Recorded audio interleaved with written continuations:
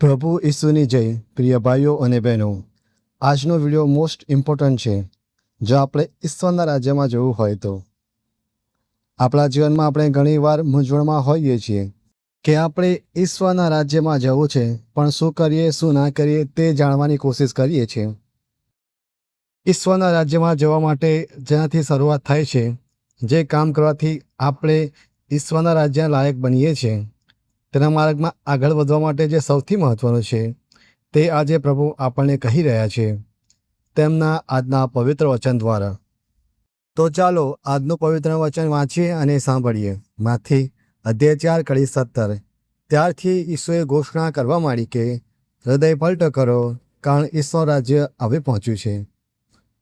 પ્રિય ભાઈઓ અને બહેનો, પવિત્ર બાઇબલ આજે આપણને જણાવે છે કે આપણે જેવા છે તેવાને તેવા ઈશ્વર લાયક ના બની શકીએ, તેમના રાજ્યમાં પ્રવેશ પણ ના કરી શકીએ.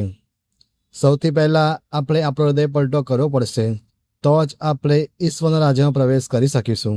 પ્રભુ આજે જણાવે છે કે ઈશ્વર રાજ્ય આવી પહોંચ્યું છે, એટલે તે કહેવા માગે છે કે તમે તૈયાર થાઓ, તેના લાયક થાઓ, જેથી કરીને જ્યારે તે આવી જાય તો આપણે તેમની સાથે તેમાં દાખલ થઈ શકીએ, તેમની પવિત્ર અને મહાન યોજના પૂરી કરી શકીએ.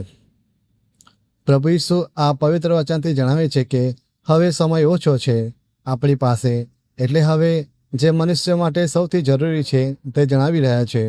તે કહી રહ્યા છે ઈશ્વરના રાજ્યમાં આપણે પ્રવેશ કરવો હોય તો આપણે વહેલી તકે આપણે આપણો હૃદય પલટો કરવો પડશે. આપણને પાપમાંથી મુક્તિ મળી છે, પણ આપણે જે આપણું વતન સ્વર્ગ છે, જે આપણા સૌના પરમેશ્વરની પવિત્ર અને મહાન યોજના છે, તે પૂરી થઈ શકે. હૃદય પલટો એટલે આપણે જે છે આપણામાં જે હું છે તેને મારી નાખીએ અને આપણે ઘટીએ આપણામાં અને પરમેશ્વરને આપણામાં વધારીએ. કેમ કે જ્યાં સુધી આપણામાં હું રહેલું છે ત્યાં સુધી આપણે પૂરી રીતે હૃદય પલટો નહીં કરી શકીએ. એટલે હું ને મારું બહુ જરૂરી છે. તે થશે ત્યારે જ આપણે સાચી રીતે હૃદય પલટો કરી શકીશું. પરમેશ્વર જેમ ચાહે છે તે પ્રમાણે જીવન જીવીએ, તેમના નિયમોનું પાલન કરીએ, વિશ્વાસમાં આગળ વધીએ, પ્રભુની યોજનામાં આગળ વધીએ, પૃથ્વી છોડીને સ્વર્ગ તરફ આગળ વધીએ, આપણા સપના છોડીને પરમેશ્વરની યોજના તરફ આગળ વધીએ, ઈશ્વરમય જીવન જીવીએ.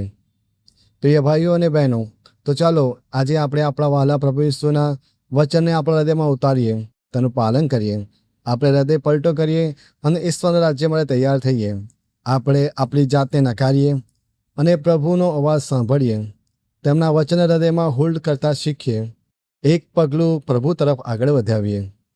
જો આપણે આજના પવિત્ર વચનને સાચી રીતે પાલન કરીશું તો શ્યોર આપણે ઈશ્વરને ખુશ કરી શકીશું, આપણે બ્લેસ્ડ લાઈફ જીવી શકીશું.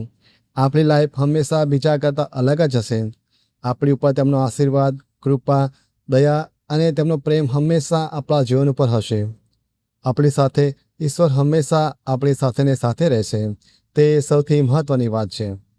તો ચાલો આજે આપણે આપણા જીવનને એક નવી દિશામાં નહીં પણ પ્રભુની દિશામાં આગળ વધારીએ, તેમના રાજ્ય તરફ આગળ વધીએ, તેમની પવિત્ર અને મહાન યોજનાનો ભાગ બનીએ અને બચીએ સત્તાની ચાલથી, નરકથી કે જેમાં ખાલી નાશ જ છે, વિનાશ છે.